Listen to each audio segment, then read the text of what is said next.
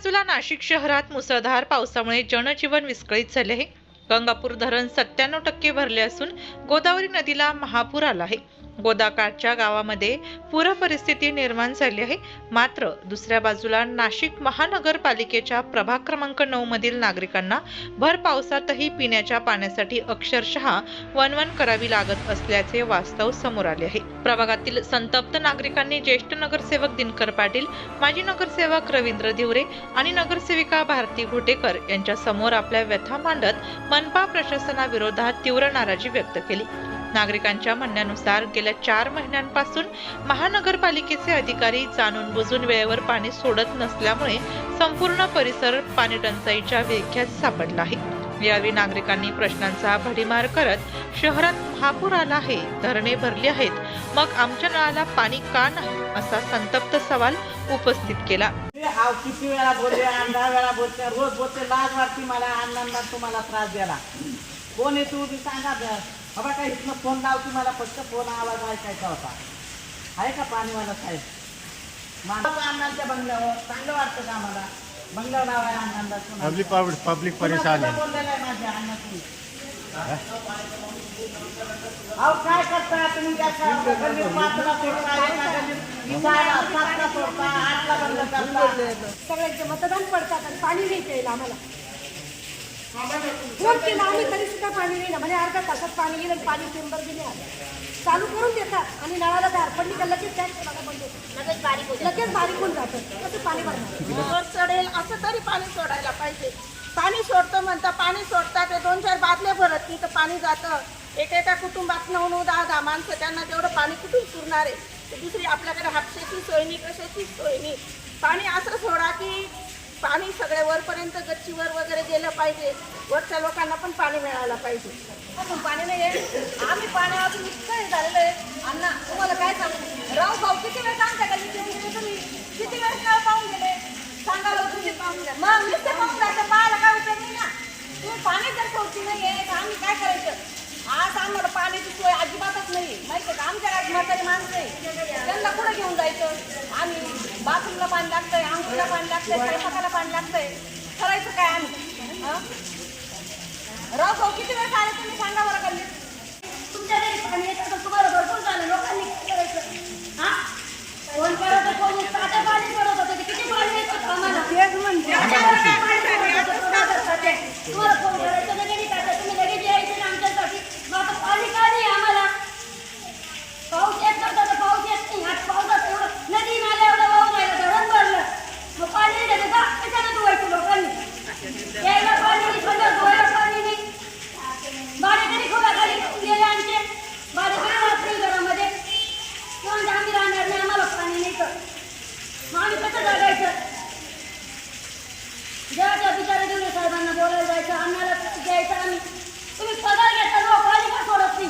15 मिनिटात पाणी जातं ना, नळ चालू करत नाही, तेवढे पाणी जातं। पंजाब राहिला ना, जोडून करावं खरं, काय पाणी सोडत नाही तुम्ही?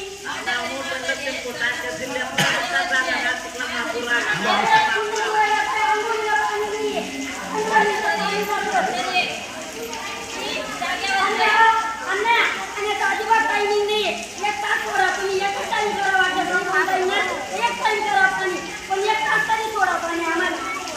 मात्र नगरसेवक दिनकर पाटील यांनी अधिकाऱ्यांच्या कामकाजावर गंभीर प्रश्न उपस्थित करत नागरिकांना 4 महिन्यांपासून पाण्यासाठी त्रास का सहन करावा लागत आहे याचा जाब अधिकाऱ्यांना विचारला।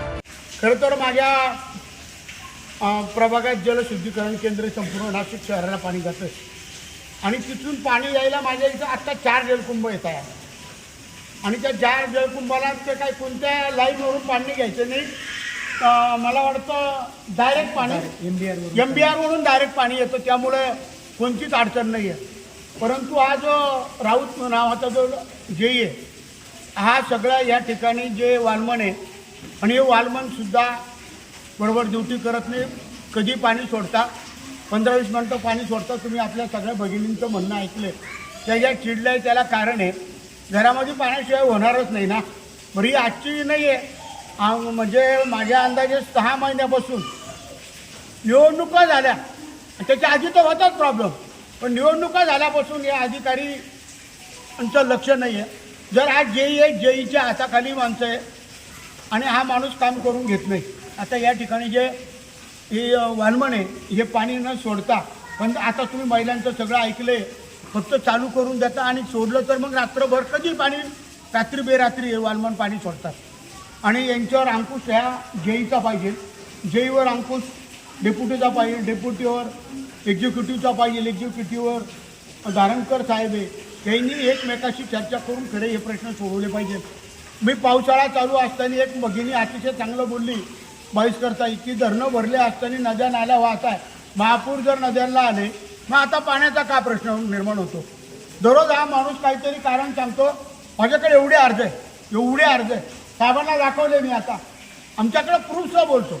आणि मी रवीला सांगितलं, गोटेकर दिदीला सांगितलं का आपल्या सगळ्या भगिनींना बोलव, यांची अजिबात चुकी नाही भगिनींची. अहो हा कामगार वर्ग आहे, इथं एक काही हापशा नाही, विहीर नाही, कुठून पाणी आणणारे गोरगरीब लोक, हे सगळे शेतकरी कष्टकरी कामगार लोक आहे, कामावर जातात. या भगिनीसुद्धा आज सुट्टी काढून थांबल्या आहे, 12-12 तास ड्युटी करायची की पाणी भरायचं, रात्री बेरात्री कसं पाणी भरणार आणि दिवसा कसं पाणी भरणार, हे पण सगळे कामगार लोक आहेत. हे वालमान यांच्यावर या जो जेई त्याचा अंकुश नाही आहे. इथं काही वालमान आहे त्यांना तो कामच लावत नाही आणि रात्री अक्षरशः खोटा बोलला. मी आता अधिकाऱ्यांच्या लक्षात आणून दिलं तर म्हणलो, कारण तो प्रभाकर पाटील पुढे पाणी सोडायला म्हणे का शिवाजीनगरला आहे. आणि मग मी प्रभाकर पाटलाला फोन केला, नाही म्हणे मला कामच दिलं नाही म्हणे, मी फक्त सुपरवायझरची करतो. म्हणजे जर असे अधिकारी खोटं बोलत असतील, कसं जनतेला, त्या महिलांना त्यातला तोंड द्यावं लागतं. पाण्याशिवाय होणार आहे का? 2 बादल्यात काय करणार, आंघोळ करणार का, कपडे धुणार का प्यायला पाणी ठेवणार. अतिशय धारणकर साहेब, अनेक महासभा झाल्या, विशेष महासभा झाल्या, पण पाण्याचा प्रश्न सुटत नाही आहे.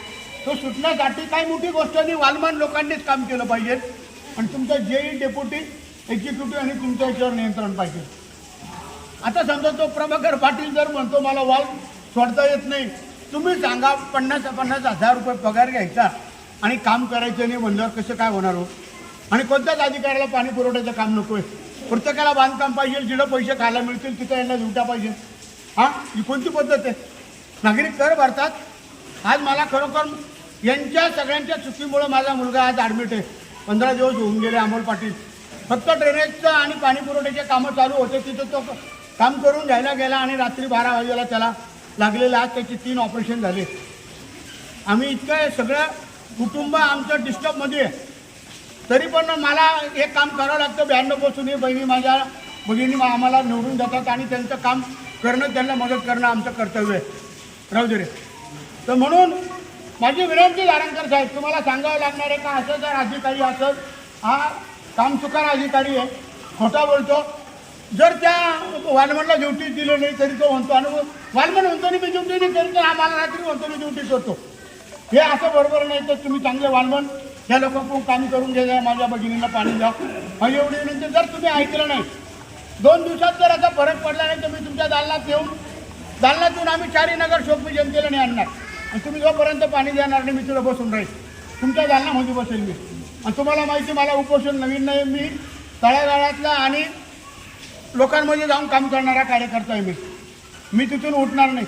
तुम्हाला माझा अनुभव, मी 10 दिवस सभागृहात आंदोलन केलेले आहे. आणि मी तुमच्याकडे आल्यावर तुम्हाला सगळं, मग माझा अख्खा प्रभाग एक हाकेवर चिडे येईल, लाख लोक येतील सगळे, त्यांना यायला वेळ लागणार नाही. ही तुम्हाला जाणीव आहे. मला पाणी द्या, तुम्ही सांगा काय करायचं ते. दरम्यान या प्रकरणावर प्रतिक्रिया देताना महानगरपालिकेचे पाणी पुरवठा अधीक्षक अभियंता रवींद्र धारणकर यांनी 2 दिवसात पाणी पुरवठ्याचा प्रश्न मार्गी लावू असे आश्वासन दिले. काही वॉलमनच्या निष्काळजीपणामुळे पाण्याचं नियोजनात अडथळे निर्माण झालेले आहेत. आता सर्व कनिष्ठ अभियंता, उप अभियंता, कार्यकारी अभियंता, मी स्वतः त्याच्यामध्ये जातीने लक्ष घालून त्यांना जे काही कामाचं स्वरूप आहे त्याचं लेखी स्वरूपात आदेश देऊन वेळेवरती पाणी पुरवठा होईल याची दक्षता घेण्यात येईल. अशा काही वादग्रस्त अधिकाऱ्यांवर कारवाई करणार का? जे कामचुकार आहेत त्यांच्यावर योग्य ते नियमानुसार कारवाई करण्यात. त्याच्यावरती पण मध्ये बऱ्याच वेळा आम्ही त्याच्यावर नियंत्रण करण्याकरता त्यांच्या उपाययोजना केलेल्या आहे, परंतु तरीही काही जण सुधारलेले नाही, तर त्याच्यावर अंतिम शास्ती करण्यात येईल. आणि पूर्ण प्रभाग क्रमांक 9ला MBRद्वारे पाणी पुरवठा होतो. म्हणजे तिथे स्वतंत्र पंपिंग व्यवस्था आहे, त्याच्यातून MBRमध्ये पाणी येतं आणि तिथून या प्रभागातल्या 4 टाक्या भरतात. जवळजवळ 20 ते 22 MLD पाणी पुरवठा होतो तिथून. आणि तरी याच्यामध्ये काही लॅकुना राहिलेले आहेत, ते आता 2 दिवसात आम्ही त्याचं निराकरण करू.